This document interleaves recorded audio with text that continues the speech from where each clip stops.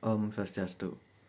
Selamat datang di video penjelasan tugas 4 untuk mata kuliah Decision Support System.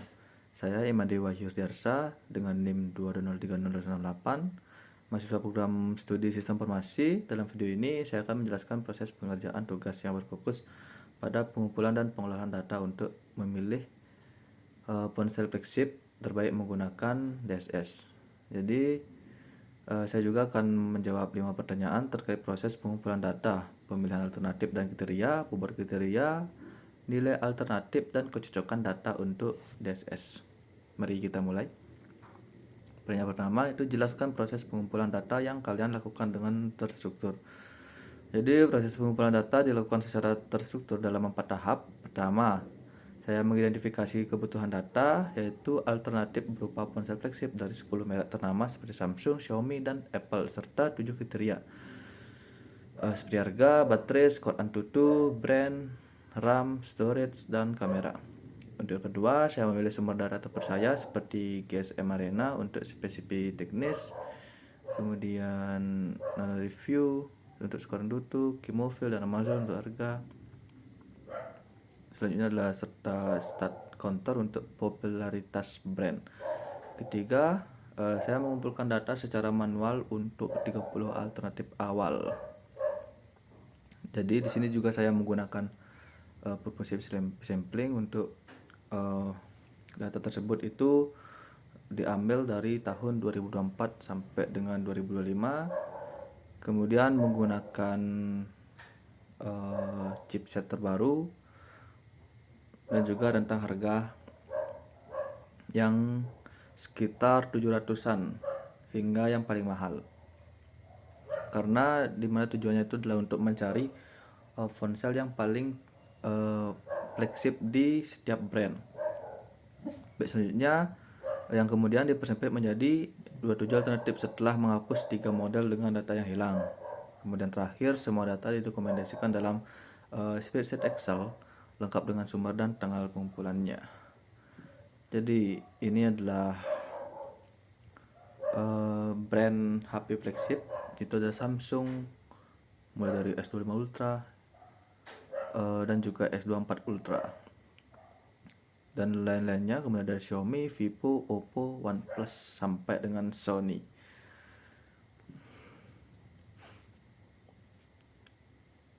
Baik, selanjutnya pertanyaan kedua itu mengapa kalian memilih alternatif dan kriteria yang kalian buat untuk dilakukan perhitungan DSS. Apakah urgensi dari data tersebut perlu dilakukan pemilihan menggunakan DSS?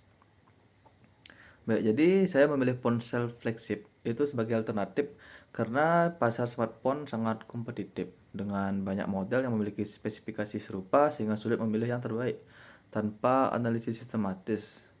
Kemudian alternatif seperti Samsung S25 Ultra, kemudian ada Xiaomi 15 Ultra dan Apple 16 Pro Max dipilih karena mewakili model terbaru dari merek terkemuka pada tahun 2024 sampai dengan 2025. Kemudian kriteria harga, baterai, Antutu, brand, RAM, dan storage, dan kamera dipilih karena relevan dengan kebutuhan dokumen seperti anggaran, kemudian daya tahan, performa, dan kualitas fotografi.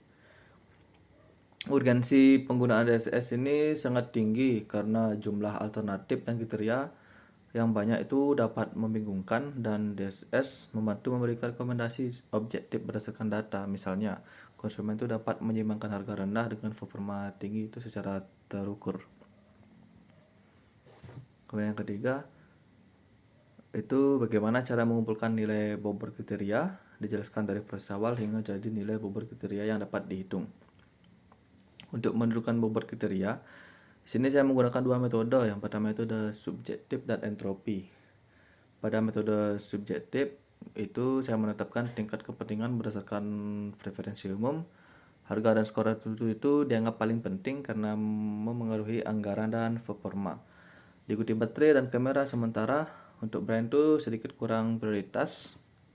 Untuk hasilnya itu bobot harga itu adalah 0,20,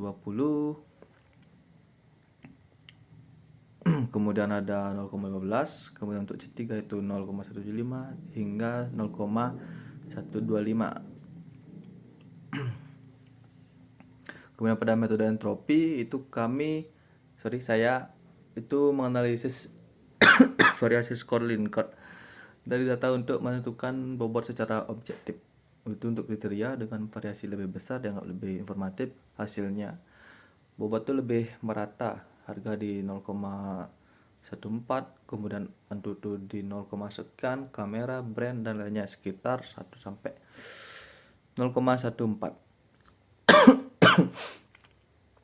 Kemudian kedua bobot ini juga siap digunakan untuk perhitungan DSS seperti metode SAW dan juga Topsys. Selanjutnya adalah pertanyaan keempat.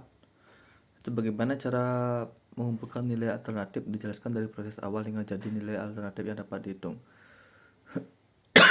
Jadi nilai alternatif dikumpulkan melalui proses bertahap. Pertama saya tuh mengambil data mentah untuk setiap alternatif dari sumber terpercaya. Misalnya harga Samsung S25 Ultra itu sekitar $1.419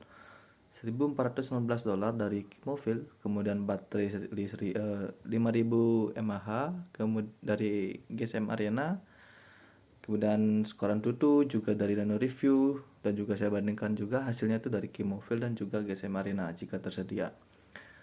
Selanjutnya kedua itu saya membersihkan data dengan menyeragamkan formatnya seperti menghapus simbol dolar pada harga dan seperti teks Li-ion itu pada baterai, serta menghapus 3 alternatif dengan data hilang. Kemudian yang ketiga itu kami mengubah data mentah menjadi skor Likert skala 1 sampai 5 untuk mempermudah perhitungan. Contohnya harga di bawah $900 itu mendapatkan skor 5, kemudian baterai di atas 5800 mAh itu mendapatkan skor 5, kemudian dan kamera 200 MP itu mendapatkan skor 5. Kemudian hasilnya setiap alternatif memiliki 7 skor Likert yang siap digunakan untuk analisis DSS.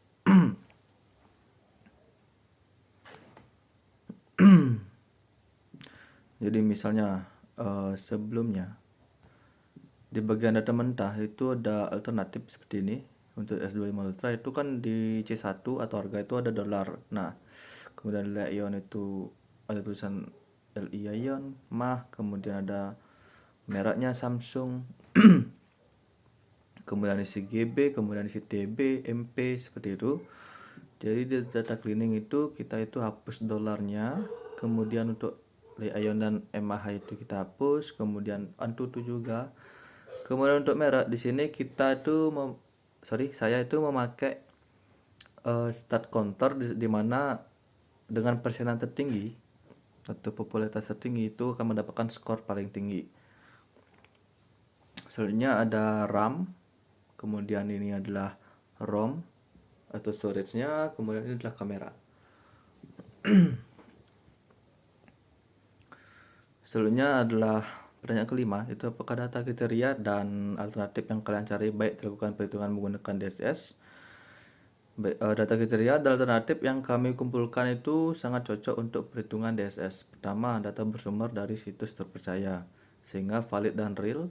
Kedua, itu membersihkan data, memastikan tidak ada nilai hilang atau inkonsistensi, kemudian dengan 27 alternatif yang lengkap.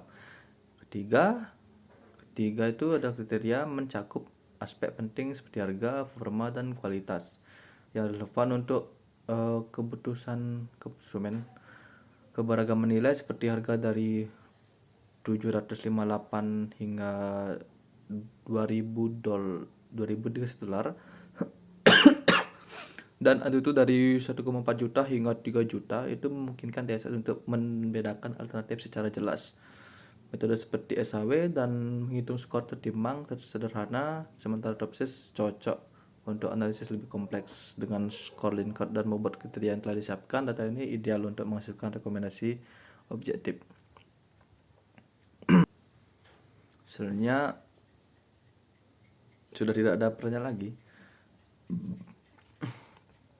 Jadi itulah penjelasan tugas 4 saya. Jadi saya telah mengumpulkan data secara terstruktur, kemudian memilih alternatif dan kriteria yang relevan, kemudian menetapkan bobot kriteria, kemudian mengolah nilai alternatif, dan memastikan data cocok untuk DSS. Proses ini menunjukkan pentingnya data berkualitas dan mengambil keputusan. Terima kasih atas perhatiannya. Saya tutup dengan Parama Santi. Om Santi Santi Santi Om.